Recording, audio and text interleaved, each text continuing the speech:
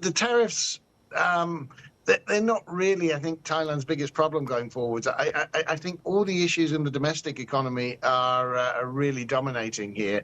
And there's no sign that we're going to get, relief to those. A lot of, long-term structural issues are coming to the fore for Thailand at really the wrong time, the worst possible time.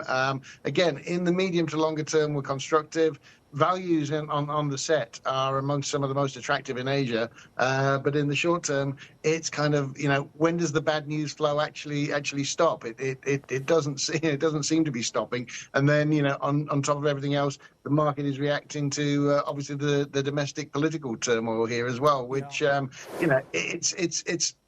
Domestic political turmoil in Thailand is hardly news. It's more likely, just the standard operating procedure, to be honest. So I think we'll get past that, whatever happens. I don't think anything is going to happen politically that is going to be momentous. We might get a change of prime minister. We may get major changes in parliament, but in the cabinet. But I think it will still be same old business as usual. So I think we'll get past that. But it's just when do we start to get anything more positive on the economic side? And tourism, which has always been the bright spot, we've had a pretty soft patch on that recently. We're hearing stories from tourism businesses that they're expecting a pickup during the second half of the year, but certainly at the moment it's pretty soft out there.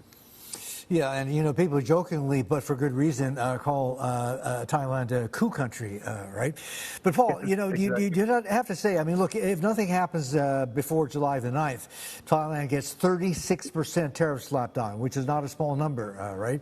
And you would think that right now, without a prime minister leading the country, that could potentially weaken Thailand's negotiating position or hand. I mean, that would probably be fair to think, no?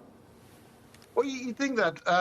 You and I probably remember, though, Martin, there was a period where Thailand didn't really have a prime minister for what was it, a year or 18 months? It was sort of the longest in modern political history of any country in the world, and we did pretty well during that time. So there is an argument. I mean, certainly if you look at America, you might think they'd be doing better without having a president. So there might be an argument that Thailand might be better without having any prime minister. It might be better for the economy than having one.